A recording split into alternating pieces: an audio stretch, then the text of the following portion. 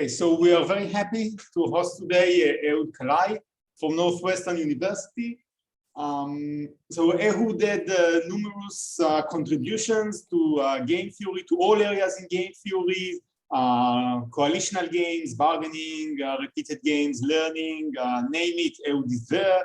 I also have numerous services to the community, which including the journal, the Game Theory Society, the Kellogg Center for Game Theory and Economic Behavior, and at least a personal note, I had the honor to have Ehud as one of the examiners of my master thesis exam. And today we have the honor to host Ehud in our international seminar. So Ehud, the stage is yours. Thank you. Thank you very much. I'm delighted to be here. As I say on the screen, I appreciate the organizers and the attendees who make this seminar series possible.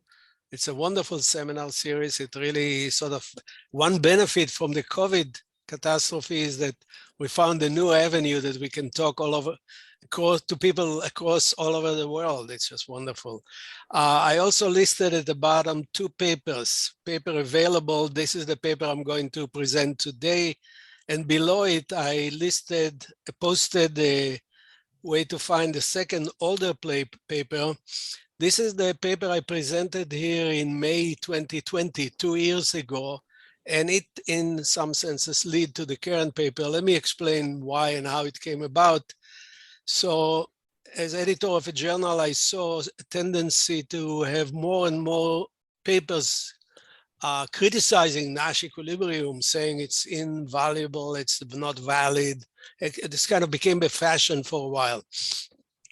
I was working on large games and I saw that everywhere around me, I'm depending on Nash equilibrium when I decide what language to speak when I get out, when I decide what I want to pay paid with, what I decide what currency to take with me when I go out. I mean, every one of my activities depends largely on Nash equilibria. So I started thinking, what is it that in these games, Nash equilibria are so reliable? And the second paper down there builds on, discusses indices of stability of equilibria.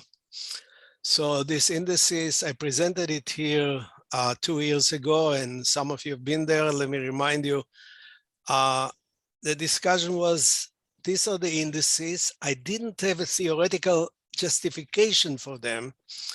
And that made me very uncomfortable. And some of the audience kept feeling like we need a theoretical justification. But at the same time, I had a lot of data or examples and behavioral game theory examples that showed that these indices are relevant. But still, I wanted to have some theoretical justification. So I was trying to find some axioms that will explain exactly what these indices are about. I sort of came up with 3 axioms, but I still couldn't prove that these 3 axioms imply the use of these indices. So I always go to my favorite co-author, who was very bright and energetic. And I said to him, Adam, I need more axioms because this doesn't do it for me. Adam said to me, you have all the axioms you need. You just look at the problem wrong. You shouldn't axiomatize the indices. You should axiomatize the equilibria that these indices give rise to. And these equilibria, your 3 axioms, are enough. And moreover, I can easily prove for you a theorem that says that these 3 axioms imply the equilibrium, that you must use only the equilibria that come out of these indices. So that's beautiful, and this is what this paper is about. So let me move now to a more formal presentation. So basically, the main equilibrium concept that we use, leaving out refinements, I'll come back to that, is Nash equilibria and dominant strategy equilibria. These equilibria are based entirely on best response reasoning. Nash equilibrium is a profile pi that is best response to itself. And dominant strategy equilibrium is a profile of strategies that is best response to anything. So the question is, are there other best response equilibrium concepts? And the theorem of this paper answers with the following: take any n greater than or equal to 1. So mostly more than 2 is more interesting. Take any n greater than 2, let's say, and consider strategic games. And these strategic games have exactly n distinct equilibrium concepts, C1 through Cn, that satisfy 3 conditions: anonymity, sure thing principle, and best response monotonicity. The concept CM I'm calling here equilibria of critical mass M, and they form a nested progression that so graphically the equilibria, when you fill in all the ones that we leave out, the picture looks like this. Dominant strategy equilibrium are C1, bigger set is C2, and so on until the larger set is Cn. Cn is the set of all Nash equilibria. C1 is a subset of the dominant strategy equilibria, and all the other ones are nested in a growing fashion as described in this Venn diagram. So, and very importantly, these intermediary concepts that are usually ignored, C2 through Cn-1, they resolve strategic issues that cannot be resolved by C1 and Cn alone, and even with their refinements. So because they resolve important strategic issues, it's important to include them in the discussion of equilibria. These strategic issues involve robust implementation, something called social contracts, Stag hand game, equilibrium viability, and more. So this is the abstract of what I'm going to do today. I will devote one slide to explain what the three conditions are. I will devote a few slides to define the critical mass equilibria. Then I'll devote a few slides to show their relevance to this kind of applications and illustrate again the C equilibria. And finally, I'll have about a slide devoted to how the proof, just a very sketch of the proof of this theorem. And then I'll add some more examples maybe. Feel free, please, to interrupt me at any time. There's no need to go through the chat. I'm very happy to be interrupted. Yes. So you will explain, I guess, why this corresponds exactly to the number of players, I suspect. Yes, I will, exactly. Yes, Bernard, thank you. So before let me first describe the 3 axioms. The 3 axioms are applicable to equilibrium concepts, so let me define terminology. An equilibrium concept E is a non-trivial correspondence. It's not always empty or not always containing everything. It's non-trivial correspondence that assigns to every n-person game U a subset of its strategy profiles. And these strategy profiles are the equilibria of U, according to the concepts. So for example, epsilon, E may be dominant strategy equilibrium, or E may be Nash equilibrium.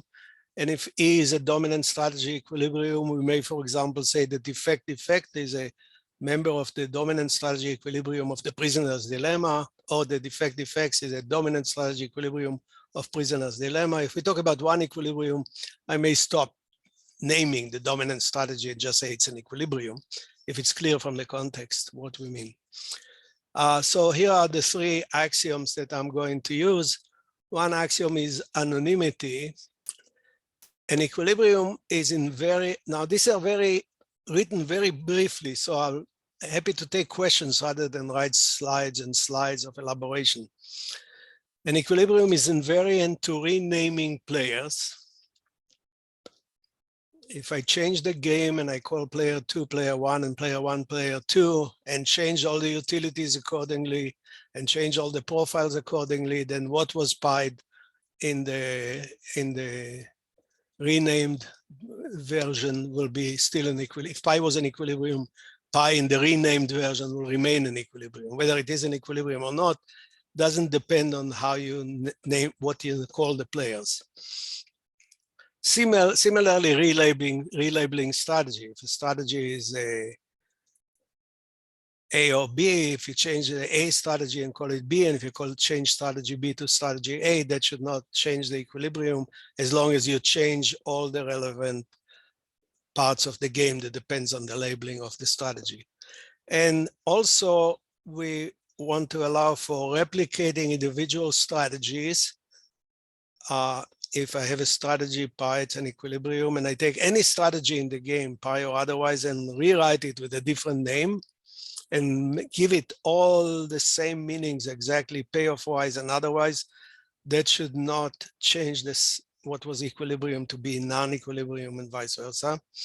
And also removing redundant strategies as long as you don't remove the equilibrium strategies. So that's what I mean by anonymity. Excuse me, Yeah.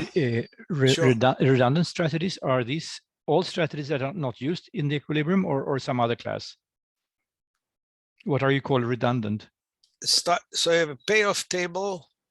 Everything in the payoff table, if in a two-player game, even though I don't want to make two, if I had two rows that are identical in payoffs for all players, this I can remove one of them. Is that? Yeah, but for example, a strictly dominated strategy, you don't call that redundant.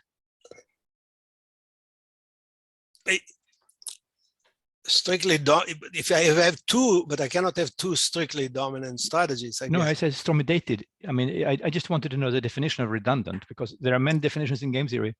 Those that are never used, if never best replies. Those are anything in the game. And so on. Yeah. Anything in the game that, other than having a different name, is exactly identical payoffs for the player and all the other players, and that tells you everything about dominance.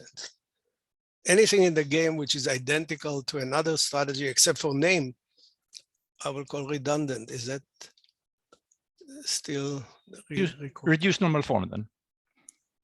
Well, I don't want to get into the Okay. terminology that then I have to understand the other terminology. Okay. So this is one axiom.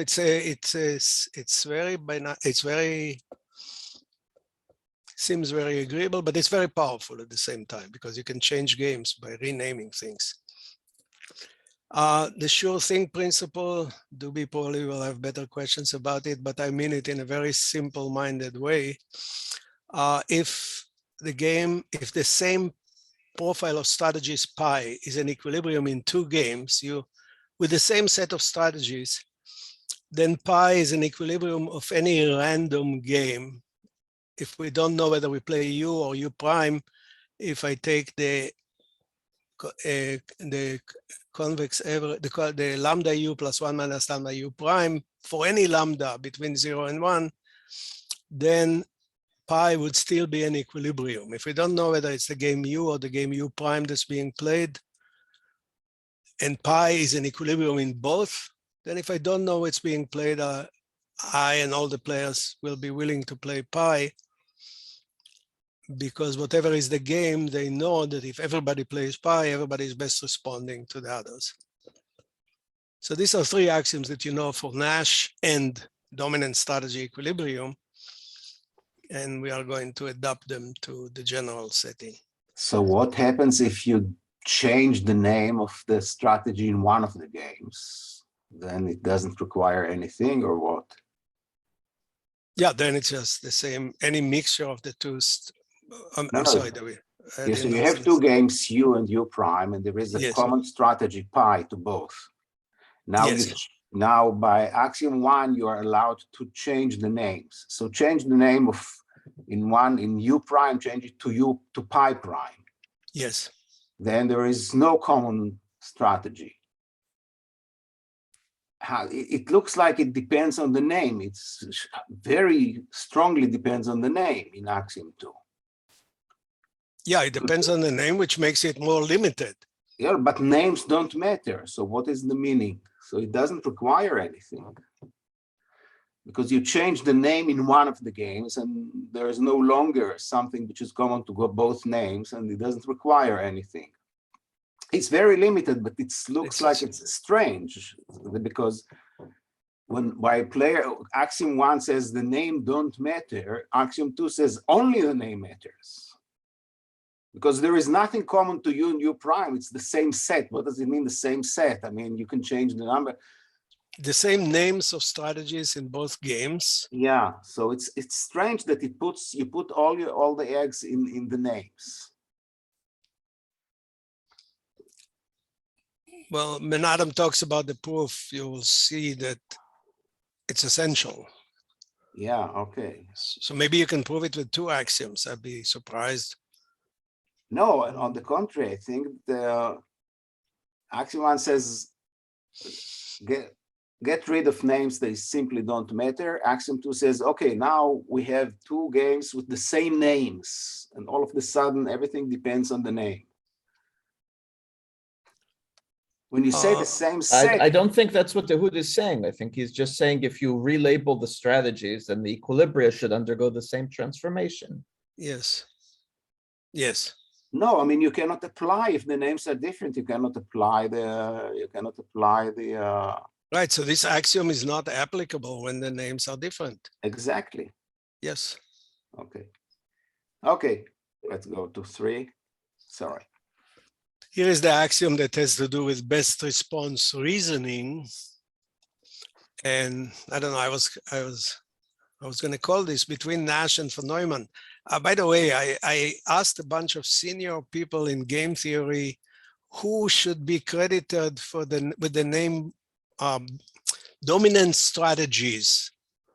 Nobody knew. One person was more knowledgeable because he was able to read German, and he read the paper of von Neumann, from the 1920s, that talked about zero-sum games, where he talked about the strategy being best response to everything, but he did not call it. There were 2 problems with it. First, he didn't call it dominant strategy because it was in German, and secondly, he dismissed it right away because he said, well, it's too much to expect dominant strategy, so that's not interesting. But I think here we will see, when you talk about degrees of dominance, it becomes interesting. So best response monotonicity says if pi is an equilibrium of a game U and U prime of one player is modified to expand the profiles of the opponents to which pi minus I is a best response. So if pi I is made a bigger best response, expanded to be best response to more opponent profiles, then pi remains an equilibrium of the modified game. Ehud, you change UI so that pi I is best response to a larger set of profiles pi minus I. Yes. What about other pi prime I? No. So just at this. So so the other pi prime I, you only shrink the set of the set to which there are best responses. The other strategies of player, no, everything be the same except for this modification. No, but if pi I, you increase its set of best responses, there are other strategies of player I. Yes. What happens to them? I don't change, I don't touch them. No, but if you're thinking mixed strategies, that may be confusing here. Think of this as pure strategies, or if there are mixed strategies, I think of them as named as a pure strategy. But I can change just, you can go in the payoff matrix and just raise the payoff in one row, all the payoffs of pi I in this row, and leave the others unchanged. So suppose that my action pi I is top. So yes. you change my payoff function so that top is more often a best response. But that means that bottom is less often best response.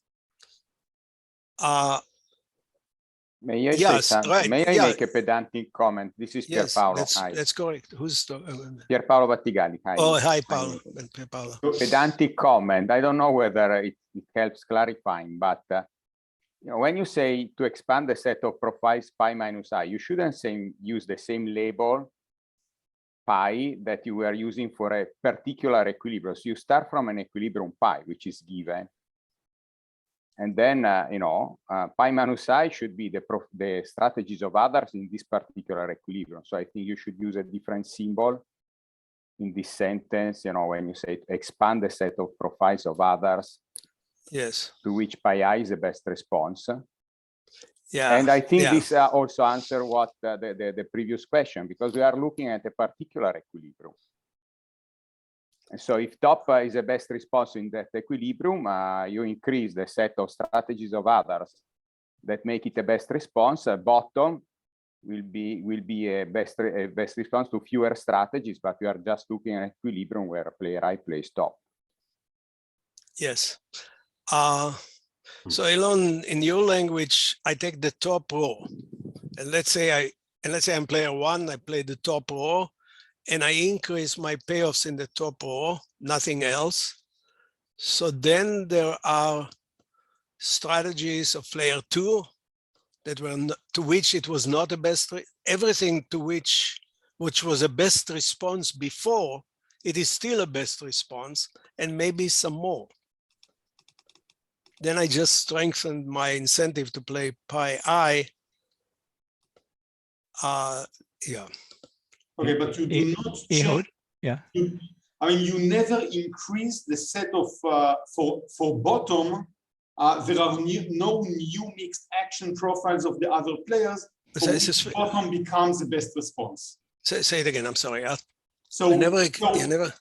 Yes. Top is your equilibrium action. Yes. The question is whether by this modification it might happen that bottom becomes the best response against some strategy profile against which previously it was not the best response.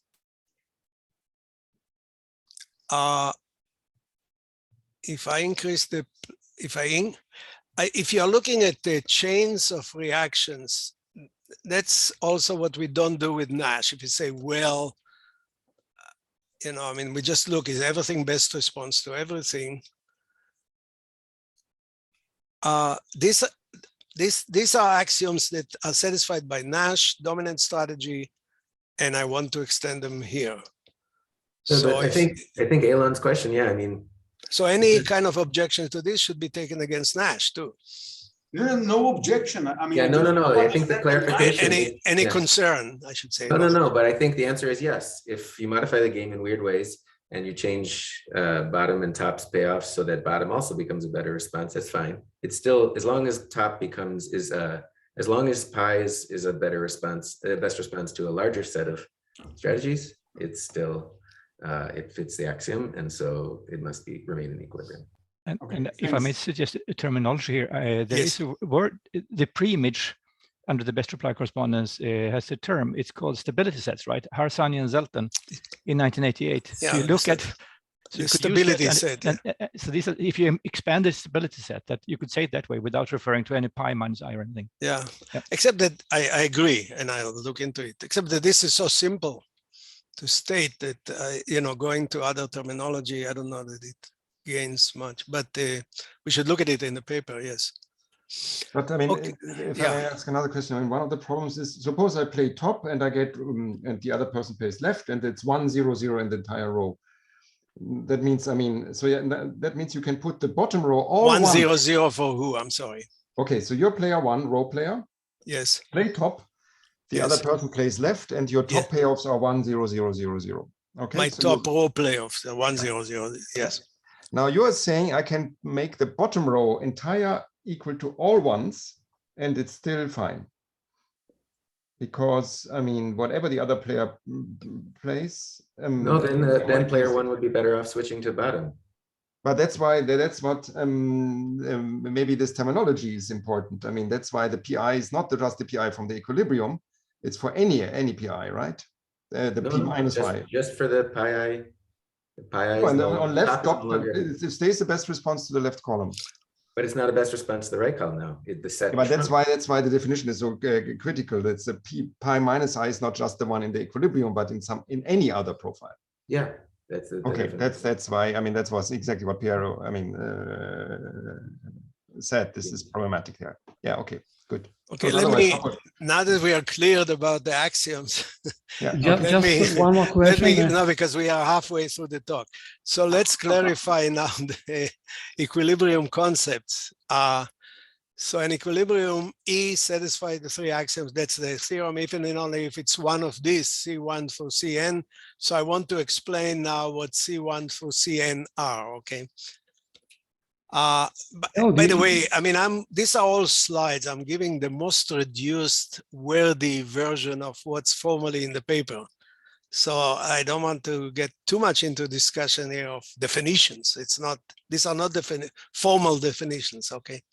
So let me proceed. So we will think informally a profile pi is an equilibrium of critical mass M. That's why we call it critical mass equilibrium.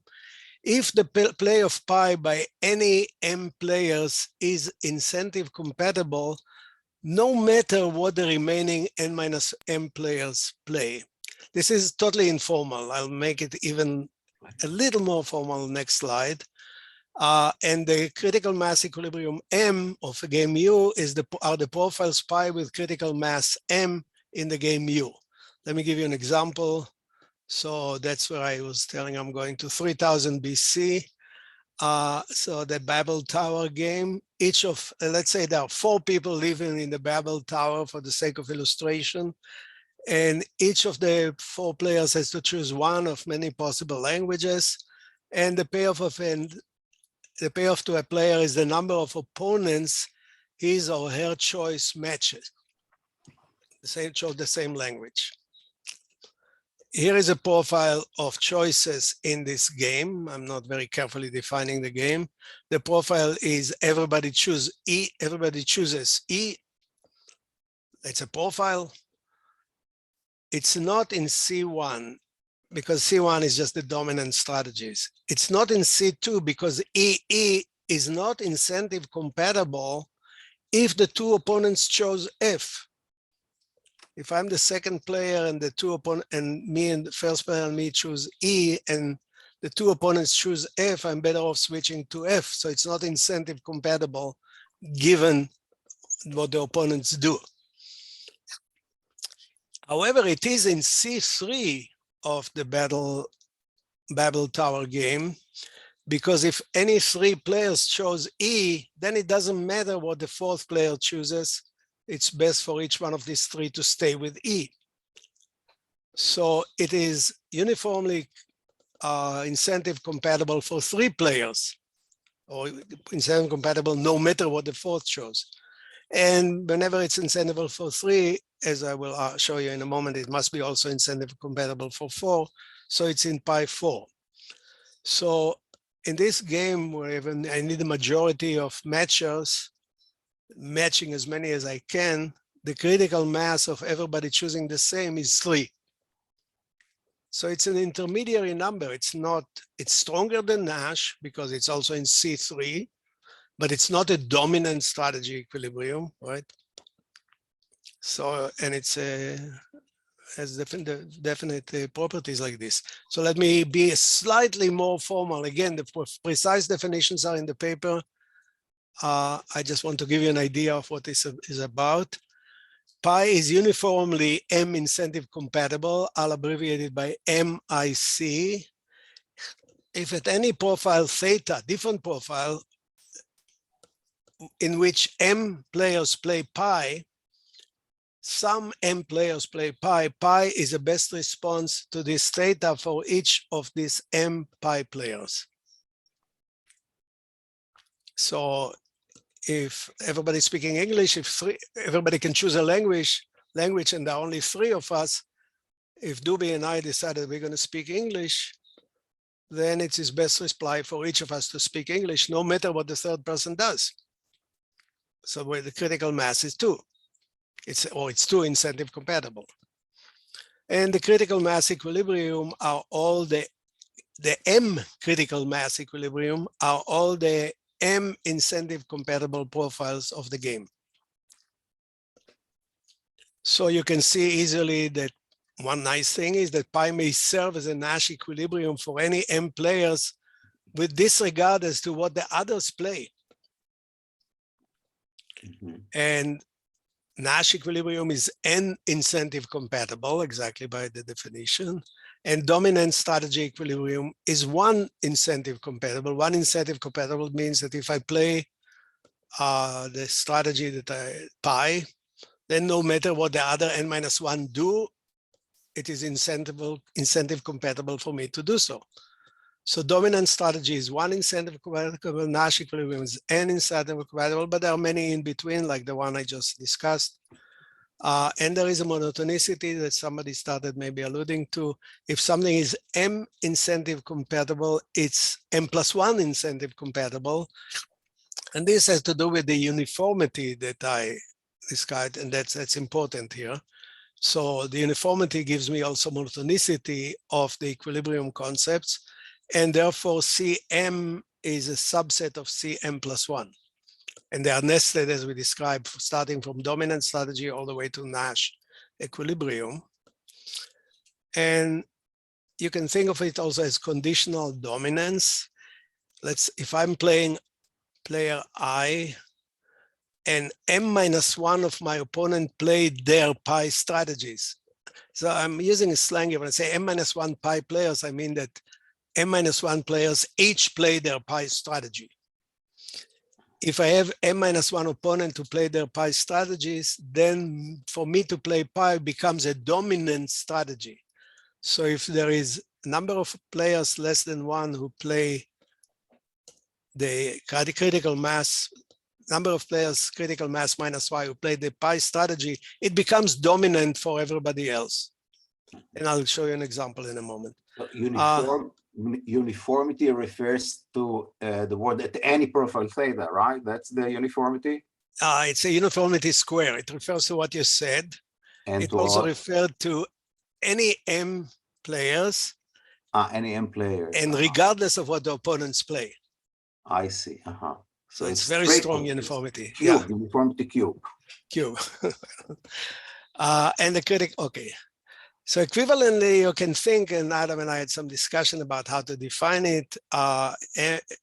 Instead of M incentive compatible, if you think of critical mass, we sometimes think of physics and critical chain reaction. So M is M incentive compatible if and only if M players can incentivize a chain pi reaction, a pi chain reactions. And what I mean by that is that any profile pi with M pi players, pi is the best response to theta, not just for the pi players, but for all the other players in the game. So the fact that m-1 of them play it, make it a best response to play for it. It incentivizes the best response to play for everybody. Yeah. So these are the main properties that are discussed in more precision in the paper. What was the thing you tried to characterize by these axioms and didn't work? Or just an index that says how I want to assign a level of stability to every profile. Rather than describe the equilibria that follow these axioms. Now, this is a very attractive notion of equilibrium, so it's not surprising that it was used in earlier applications under different names and definitions, so you may not recognize them. The first paper on the subject was Elias in 2002 that was published in the Review of Economic Studies. It talked about fault-tolerant implementation, and the notion of fault-tolerant is very close to this, and other papers in similar relationships. I'll leave it for later if we have time left. Let me go to a family of games which should get a lot of attention, but they don't, and they are very good in connecting to these notions of stability.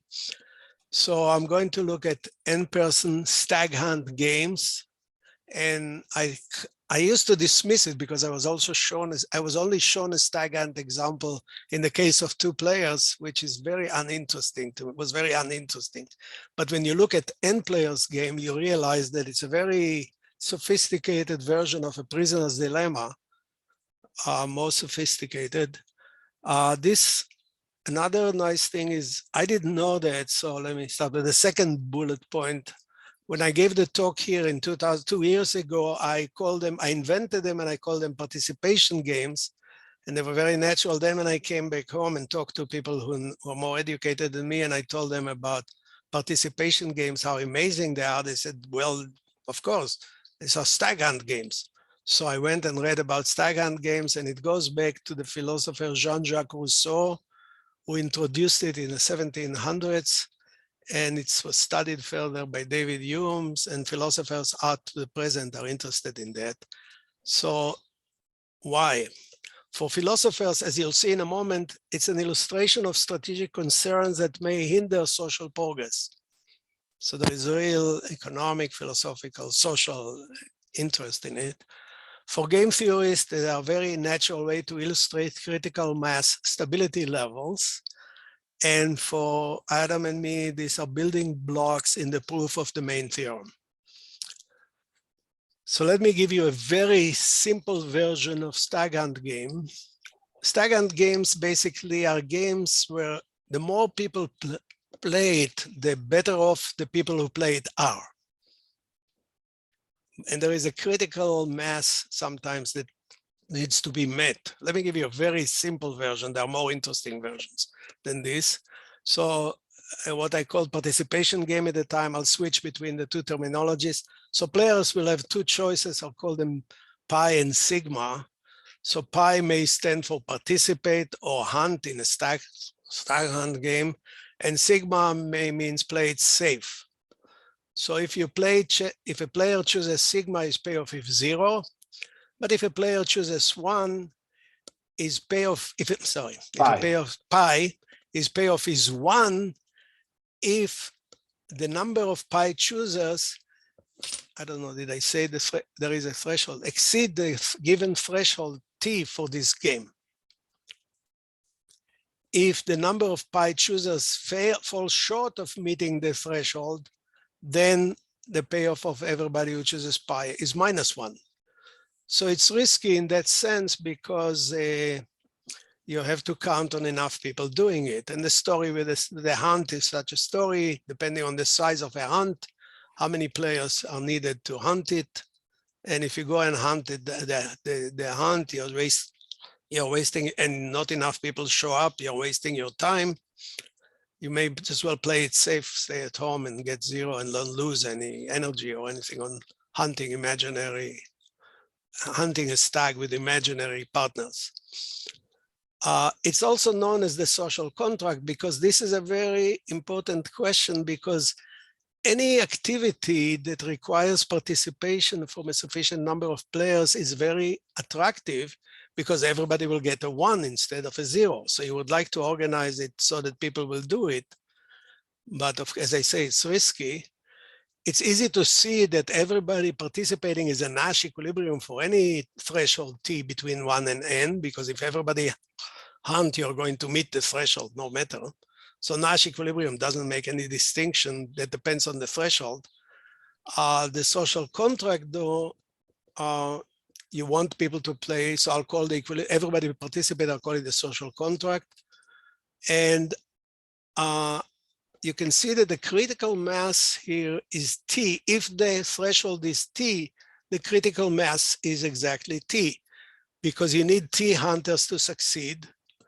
So if you have T hunters, you meet the critical mass. If you are short by 1, you don't. So the critical mass is T, and therefore everybody hunting is in the CT equilibrium of the stag hunt PT. And what we said before in words, in English, hunting is best response for any one of T hunters, regardless of what the other village hunters do. And equivalently, any T hunters incentivize hunting for all the players, because if a T hunters start hunting, then everybody can join knowing that the hunt will succeed. Yeah. In this simple version. And in particular, pi is in C1. If T is 1, pi is in C1, and it's a dominant strategy equilibrium. You can see it easily here. If all it takes to hunt a stag is 1 player, if the threshold is 1, then it's a dominant strategy to hunt and get a 1.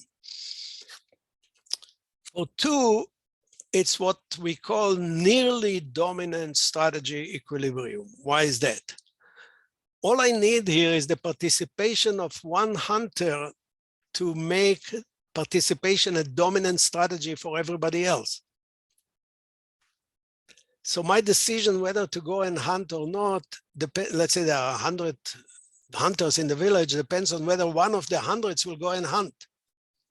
It's not a dominant strategy, but if I know or believe that one hunter will be there beside one opponent, one other hunter will be there, then no matter what the rest do, it's a dominant strategy for me to hunt.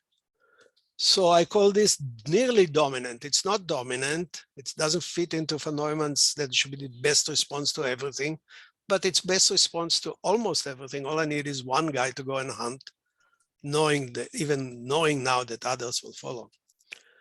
And if you go all the way to n, it's just a Nash equilibrium, because if the threshold is n, now all the village hunters must participate.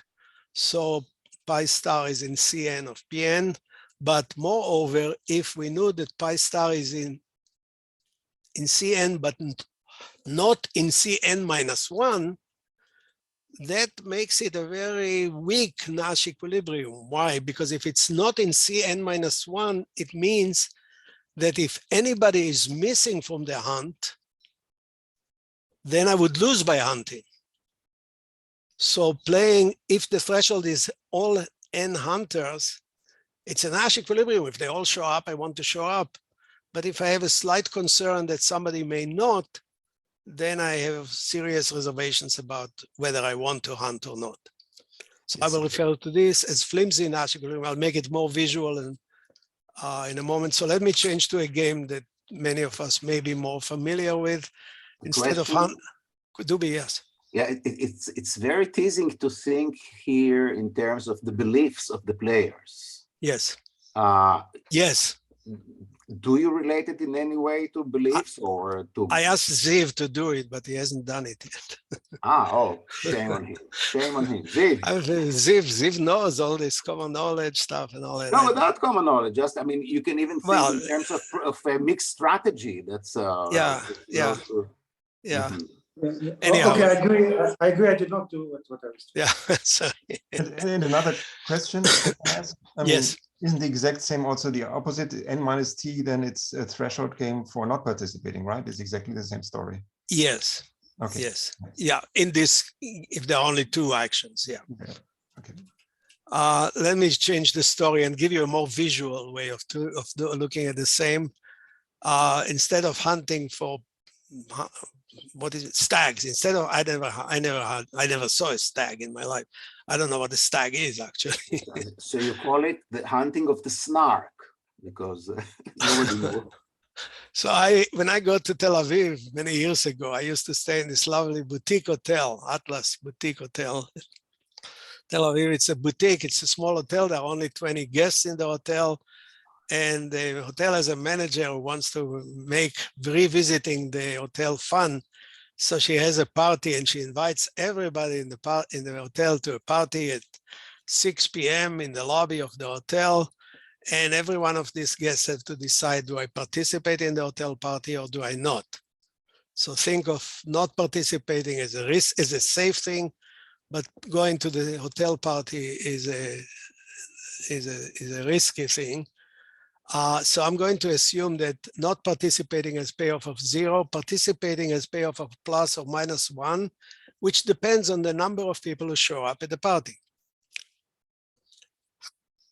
And the question I want to address in the next slide is how viable is the profile in which all the guests decide to participate, all the guests decide to go hunting in the party. Okay, so let me, instead of addressing it fully, let me look at two extreme, semi-extreme cases. Let me compare two hotels with different guests to make the point. So let me take a look at the hotel that I stay with. These are the easygoing guests. And if you don't participate, your payoff is 0. But if you participate, for an easygoing guest, if you participate, he's happy to be in the party as long as he's not the only one there. If he's the only one there, it's a -1. It's kind of embarrassing to be in the lobby and eating free pretzels by yourself. Okay. As long as there's somebody else there, it's a +1. As long as when he's by himself, it's a -1. In the orange hotel, all the guests are pumpers. I'm sure you know people like this. When they go to the party, they are happy if and only if all the guests of the hotel are there. If somebody is missing, say, oh, he snubbed me out, I'm in the party that he's missing, then it's a -1. Is it clear what I mean by these characters? So these are easygoing, they want, the pompous one want everybody. And you can see that pi is a Nash equilibrium in both hotels. What is pi? Pi, everybody participate. Everybody at the party is a Nash equilibrium in both hotels, because if everybody participate, the snobs are happy to be there and the easygoing are definitely easy to be there. But intuition, and after I gave the talk here 2 years ago, I think it was either Kim or Min that talked the other two to do experiments to check this. Intuition is that pi star is more viable in the easygoing hotel. Is it related to the question about the risk that someone, for example, make a mistake? So if I think that someone makes a mistake, people can make mistakes randomly. So obviously, if I need only one that participates in order to get the +1, then I'm more confident and vice versa, right? Right. Avram, if I have time, I will address the relationship to trembling hand equilibrium, and maybe that will help us understand. But the intuition is not expressible through the concept C2 through Cn -1. I'm sorry, through C1 and C20. I need to go to the intermediary terms to capture the fact that the easygoing hotel is more likely to have the party than the pompous hotel. And you can see it, the critical mass in the easygoing hotel is 2, or if 2 people are at the party, they are supporting each other. They are best incentive compatible. Whereas in the pompous hotel, you need all 20 participants to be there to be incentive compatible for each one of the pompous guests. So, but if I draw it in the C1 and C20, neither of them is a dominant strategy, and both of them are in Nash equilibrium, so it's not capturing it. But if I add the intermediary terms in the easy hotel, pi star is in C2, C19 up to C20. Let me do it more visually, maybe. So here's a Venn diagram, all the equilibria, Nash equilibria, dominant strategy. Pi star in the easygoing hotel and pi star in the pompous hotel are both Nash equilibrium. Neither of them is in dominant strategy equilibrium. But if I add in the intermediary concept, now we can see a clear distinction expressed. Pi star in the blue hotel is within the reach of dominant strategy equilibrium. All you need is one guest. And pi star is in the pompous hotel is a Nash equilibrium, but it doesn't even go into C19. And that's what I mean by flimsy Nash equilibrium, because you need all the 20 guests to participate to feel safely about participating. Is it related to, is a congestion game just the same game with different names, or I'm missing, or? I have to think about it. I don't know. So congestion game will be, I don't want more than 10 people in the party. If there are more 10, I would regret going there. I have to think about it, maybe. I don't want to think about it. Yeah. And this diagram is, you know, if you keep up going up the chain of these intermediary terms, it's flimsy, one will ruin it. The next one, it's less flimsy because one defector can be tolerated, but 2 cannot. And that's similar to what Elias is talking about. And this interpretation are general. What I just described is true for any game, not just the Stag Hunt games. It's true in general. The proof follows an if and only, is an if and only if thing to prove that equilibrium concepts satisfy the 3 axioms, if and only if it is one of these C1 through Cn. So again, let me state, the C1 for Cn, I just described what comes out of the axioms. And we can read the axioms more carefully later. But if you accept the 3 axioms, you have to accept this C1 for Cn, assuming that Adam knows math. And the proof, it's straightforward to argue that any Cm, any one of them satisfied the 3 axioms, including C1 and Cn, Nash and dominant strategy equilibrium. It's more complex to prove the converse, that any E that satisfied the 3 axioms must coincide with one of these 3 CMs. And basically, we have 2 propositions that show that the M threshold stag hunt social hunting contract pi hats of PMs are the least stable in equilibrium in every CM.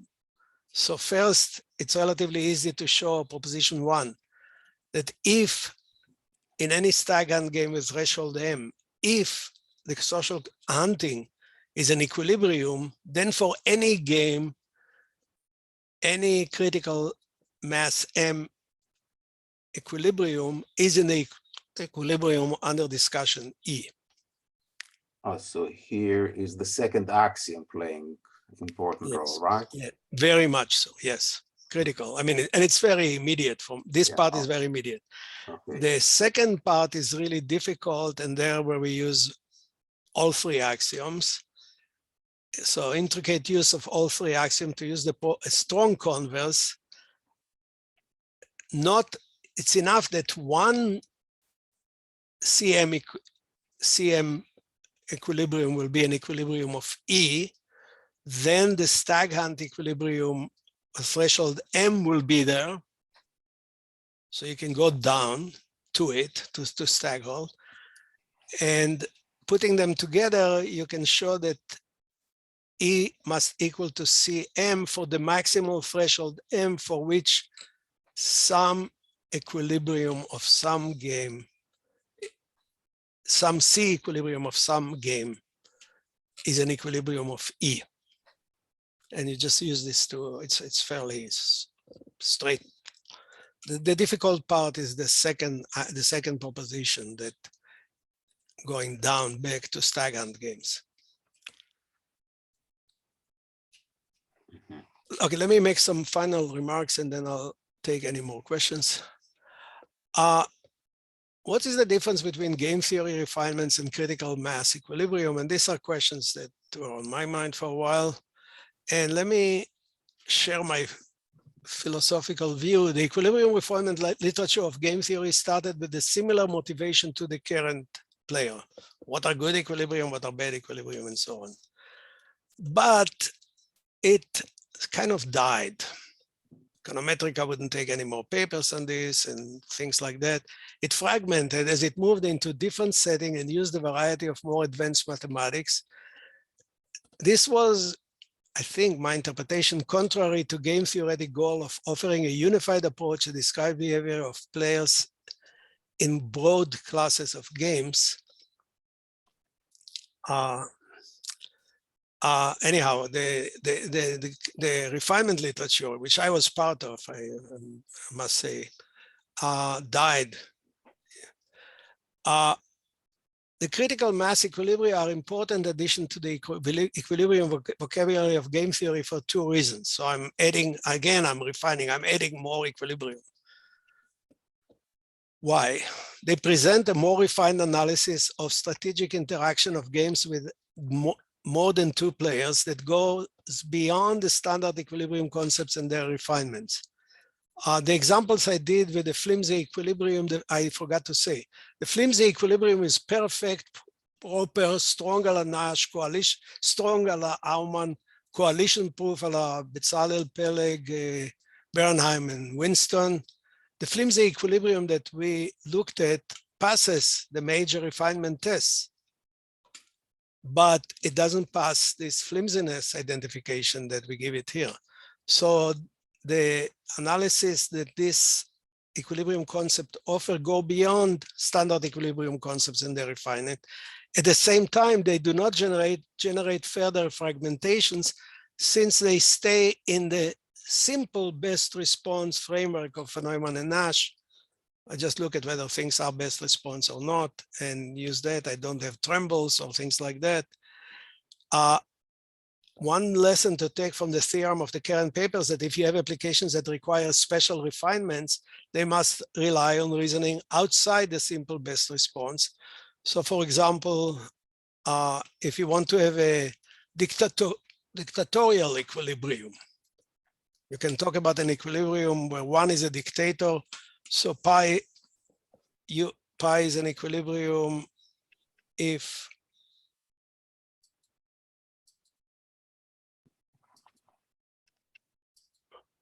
pi is an equilibrium if player one likes pi as much as anything else.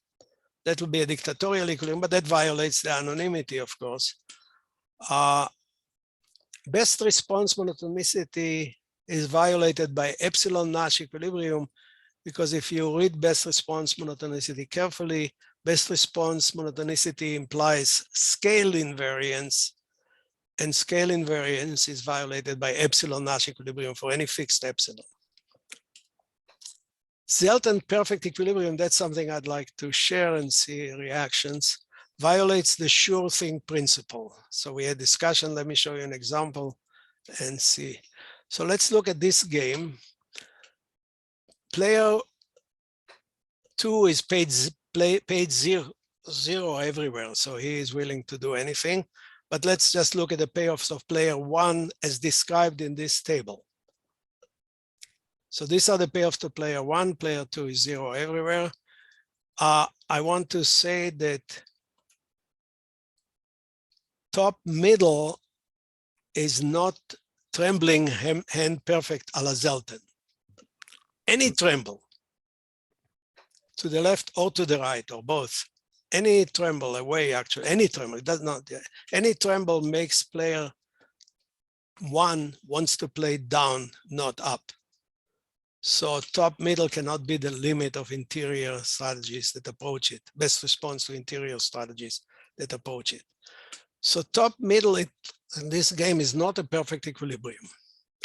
But I can write this game as the average of these two games, two component games. Still, the payoff of player 2 is 0. The payoff of player 1 are like here.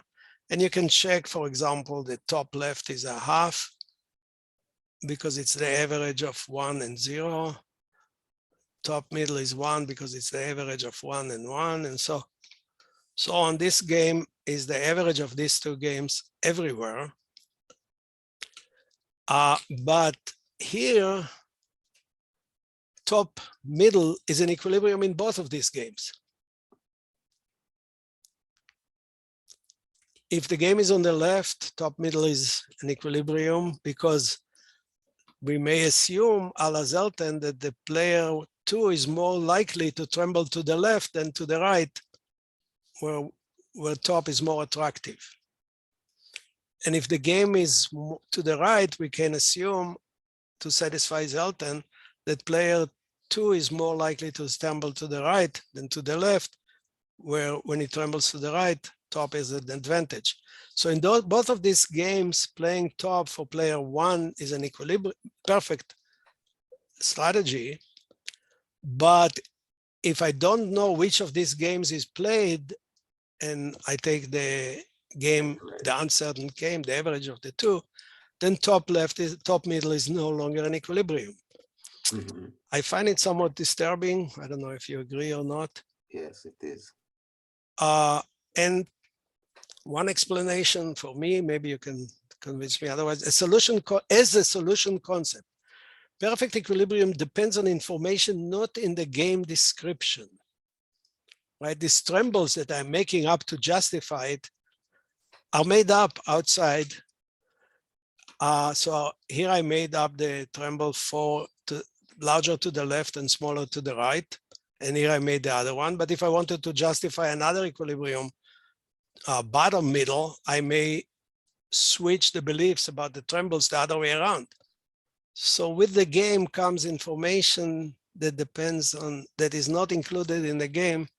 It's adopted for the equilibrium concept. So the direction in which player 2 is more likely to tremble in the game under consideration Well, not as a story that it's an uncertain component in another game, but by itself. Okay, and I have 9:02. Let me stop and take questions if there are any. I have a question and a comment. Yes. This is Pierpaolo. Yes, Pierpaolo. So, I agree. I understand that any, mixed strategy thing can be viewed as a pure strategy equilibrium of the mixed extension of a game. But do you have in mind, pure strategies or mixed strategies? I think if we take the interpretation that mixed strategies can be written as a pure strategy, then it loses the dependency of each payoff on changes of the component strategies that it's mixing among. Mm-hmm. So I'm reluctant to say that this paper handles mixed strategies, but formally we can put it there, but there will be limitations if we want to go further with it, as I guess you're suggesting. No, I'm only trying to understand. I'm not suggesting anything. Right, so we are not going further. We are just saying you can write it as a pure strategy and in this game, but don't look for any theorems about mixed strategies unless there are more, without more research into this. So another question I have is the way you have been talking about dominance informally, yes, makes me think that you're using the notion of dominance of mechanism design rather than the notion of dominance of game theory. Because when you say that the strategy is dominant, if it is a best reply to everything, that if it's is a weak best reply to everything. Yeah. So that is called very weak dominance in game theoretic papers, I know. Okay. Because you may have all weak inequalities. Yes, and yes. And that is called very weak dominance. Yeah, yes. Right. So I'm talking, And the comment is, I see here a kind of, ordinal flavor of risk dominance alla Arciani-Zelten, in the sense that they were mostly looking at, two-person games or maybe even 2x2 games. It's a concept that's very easy to express in 2x2, right? And it is very much relying on cardinal things. Very much relying on what? On what, Paolo? On the cardinal elements of the game. Yes. Whereas here, by looking, instead of mixing, you look at the number of other players doing things. Yes. You are kind of replacing the cardinal approach with an ordinal approach. I'm staying, which is what Nash was originally before you add mixed strategies. So that's why I was also reluctant to not say too much about mixed strategies. So it all fits the way you look at it. I agree. And let me also add another thing I should have said at the beginning. When I just started game theory, a good smart friend of mine who's a very smart game theorist, I don't see him here, so I won't say his name, said game theory is doing it wrong. Maybe Elon knows who I'm talking about. Game theory is doing it wrong. Game theory started with two-person, zero-sum games, and it tries to generalize everything up from there, moving to incomplete information, then moving up to more players. But he said the more natural way to do would have been what's done in economics, starts with large games and work your way down to what to do in the special cases or small games. And I think we are to some degree prisoners of the two-player payoff table. It's very hard for us to understand games unless we see, for me, unless I see the payoff table illustrated right away. And the C and equilibria, the CM equilibria are very important when you look at M players game, or prisoner's dilemma for M players game is much more insightful than prisoner's dilemma for two players. So really what you said a minute ago reminded me that what we want to do is really... It's a kind of ordinal version of the Arciani-Zelten risk dominance idea. but using many players instead of looking at cardinal aspects of the game and using these thresholds for beliefs, so to speak. Yes, and when I gave the paper last time, both Jorgen was there and Vince Crawford, and they had a very interesting discussion. Can you do it through evolutionary game theory, which will be another way to cardinalize, I guess, things. I don't know enough to say. I'd love to hear other people saying stuff, but there are many ways to cardinalize things. The problem with cardinalizing by the number of players is that I don't know whether the right way to measure incentive compatibility should be done in percentages of players or in ordinal number of players. So take a matching game. Everybody speaking English in the US, in a country of 300 million, is extremely stable equilibrium. I'm going to need 150 million people to defect before I would have the incentive to defect, roughly speaking, right? But in a household of 2 players, everybody speaking English has the same defection characteristics. Half of the people can defect, or in 3-player, a small household, it's the same characteristics, but the number of players that must defect is very important. So in previous conversations, Vince Crawford convinced me that it's a way to look at the unit of defection. The unit of defection, is it a person, or is the unit of defection an infinitesimal change in the probability of a large population changing? So these kind of questions come into the discussion of what you're saying, Paolo, I think. Very interesting questions. I don't know the answer. But I think that one then should make, when you talk about, when you look at, larger societies and think about, a language being spoken, in a country, or perhaps we should also consider, things that are in between, namely these population games where you have, a base game which is played by a few agents, but they are drawn at random from a large population, and there is where the percentages matter because of the random matching. Yeah, that'll be an interesting direction. Yes, I agree. Yeah. Coming to think about the congestion game, so in a sense, it's just the opposite. These 2 games, the participant game and the congestion game, describe 2 extreme points in the range of all games. So first of all, the definition of a congestion game is just the opposite. You prefer not too many people to be there. So this game reflects the idea, the main idea in economics, of scarcity of resources. So is this what I call contrarians game?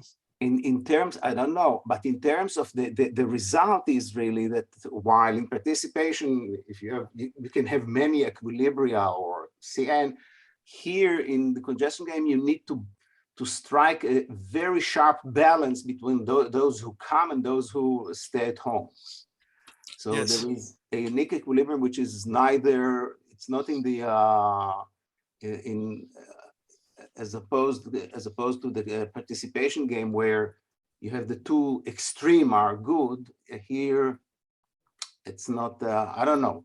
It looks. Here's an example, I think it's exactly what you're talking about, except that I didn't call it a congestion game. I call it contrarians game. Okay. So the solidarity game is 8 players. That's like everybody choosing the same language, wanting to match as many people. Contrarian games, 8 players, each has to choose one of 2 options, E or F. And every player's payoff is the number of opponents his or her choice mismatches. Yes, so they don't want people to speak their language. That's it. They don't want to speak there. They want the lane of their language to be as free as unbusy as possible. Yes, that's okay. That's the congestion game. Yes, that's right. And there is an equilibrium. 1 through 4 choose E and 5 through 8 choose F. And the critical mass of this equilibrium is very bad. It's 8. Yes, exactly. Okay, so that's indeed the opposite. It's a very flimsy equilibrium because it's an equilibrium where half of the people go one way and half of the people go another way. As soon as one player deviates, then the congestion game is, the equilibrium is flimsy. Yes, right. Okay. So, it is indeed the opposite of solidarity game. It's the opposite of, yeah, and but the critical mass of the solidarity mass is 5, of this is 8. And the next question I thought somebody would ask is political divisive games. All the Democrats choose French. That's we see in the US now. All the Democrats choose French and all the Republicans choose English, because a Democrat doesn't want to look like a Republican, and a Republican doesn't want to look like a Democrat. And now it's a game of which is asymmetric, because players are not the same. Yes.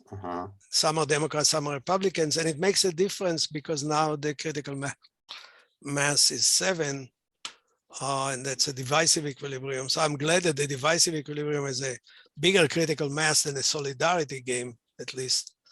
So there is hope for us in the US too, but I'm not sure. I'm not sure. No. I'm not sure either. It's much more complicated than this. Yeah. Very nice. Okay, good. I also have a question, if I may. Sure. Yeah, of course. Yeah.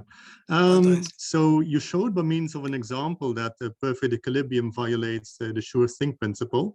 Yes. And I think the argument was that if you write a game as the weighted sum of 2 other games, yes, and for perfect equilibrium, the tremble that you need in the first game may be different from the tremble that you need in the second game. To justify this convex combination. Yeah, exactly. If I wanted to justify this convex combination, I would change the trembles accordingly. Yeah. So the trembles depends on what you want to justify as an average. Yeah. Yes. Now it is well known that perfect equilibrium can be characterized by using lexicographic probabilities. So in a lexicographic probability system, you don't only specify, let's say, the strategies that the players will choose at the end, but it also specifies the trembles in one and the same object. Yes. Now my question is, suppose that in the axioms, instead of fixing the strategy profiles, you would fix, let's say, a lexicographic probability system for every player. Would it then be possible to still capture perfect equilibrium as one of the concepts that satisfies your axioms? Could be. Or did you think about this? Could be. There are several directions. I agree. There are several directions of this type we've been thinking about. Also, maybe by making epsilon Nash equilibrium be part of this, by also similar discussion, modify the notion of best response, modify the notion of best response. So you can do various modifications to enrich this. I wanted to stay within the simple best response framework, because I don't want to fragment into all kinds of special solution concepts, which is what's is a problem in this literature, I think. Yeah. Okay, I understand. Thank you. Right. Enough. More questions? Okay, so many thanks, Ehud. This was a really nice talk. And we hope that in 2 years, we will see the next step in this project. No, this, yeah, from Adam alone. Thank you. Yeah, thank you very much. Yeah, you can. Bye, Bye. Yeah.